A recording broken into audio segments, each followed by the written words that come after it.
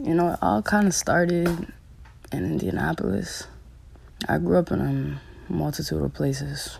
Florida, Indianapolis. I moved to Phoenix in middle school.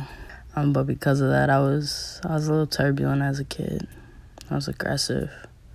I liked to fight, but really I didn't have a positive outlet for my emotions. So I spent a good period of time in elementary school and middle school in detention, suspension, both in school and out of school, and alternative school. I stayed in trouble a lot until maybe 10th grade. 10th grade was a hard year for me. I'm not at home. I'm just getting in trouble and really kind of living in the truth of what happens when you're not expressing your emotions and you're choosing other outlets that are sometimes more detrimental to your health than doing good for you. I could have used that same energy as a positive outlet, and that's what I chose to do now. I would say my mom is definitely one of the most influential people in my life. When I was little, my mom and I didn't talk a lot. We argued mostly. And I think it was because she knew that I had this potential that I wasn't reaching. I think she also knew I was hurt, but didn't know because nobody taught her how to talk about our emotions. In our community, we don't talk. We just fight. But my mom became one of the most influential people to me because throughout time, she started sharing stories with me about a lot of pain that she had and how she channeled her pain. She went from being that first-generation immigrant and first-gen college student and low income to college, and my mom graduated amidst the death of her sister. Rest in peace to my tia Gina.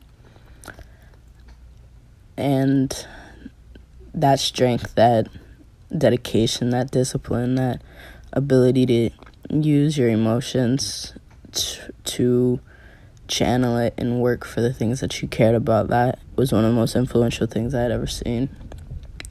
And I wanted to start doing that.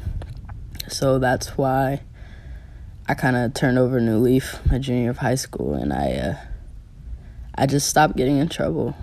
I looked for new outlets. I looked for new ways to communicate the way I was feeling. I started admitting how I was feeling. I started admitting that a lot of times I didn't know how I was feeling because I suppressed my emotions so long. And honestly, I also started validating anger. A lot of people invalidated anger for me when I was little, and I'm just here to say that that isn't right. So with that, it kind of brings me to why, when I was asked by the YWCA what is some of the most influential people in Rhode Island to me, I picked my team, coaches, my teammates, just because, both teammates and coaches of past, present, honestly the future, they taught me to channel that anger.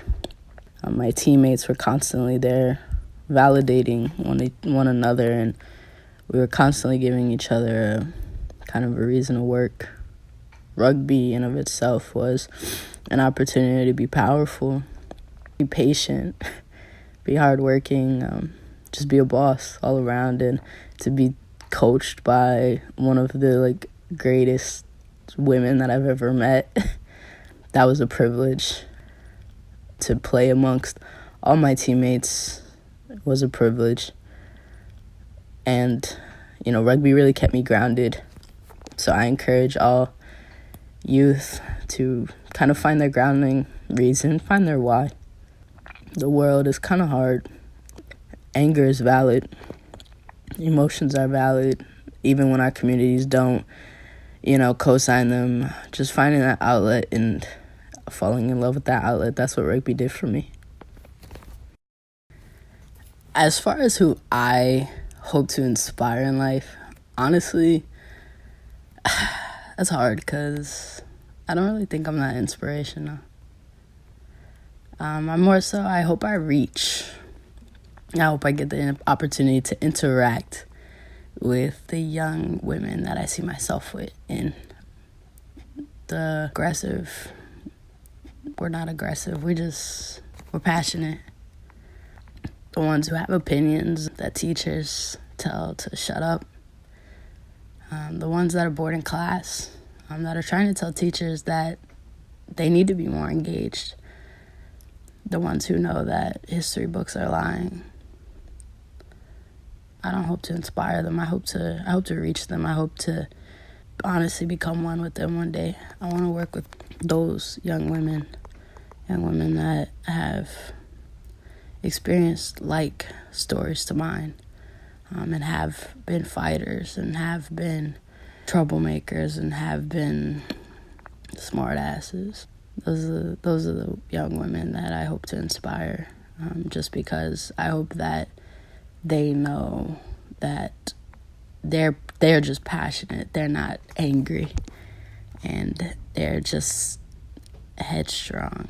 They're not incorrect, and they have opinions, and rebellion is a sign of question, and question is a sign of intelligence. So they are intelligent. I hope those are the young women that hear my story, from alternative school to the Ivies. It's possible. Each and every one of us, it's possible.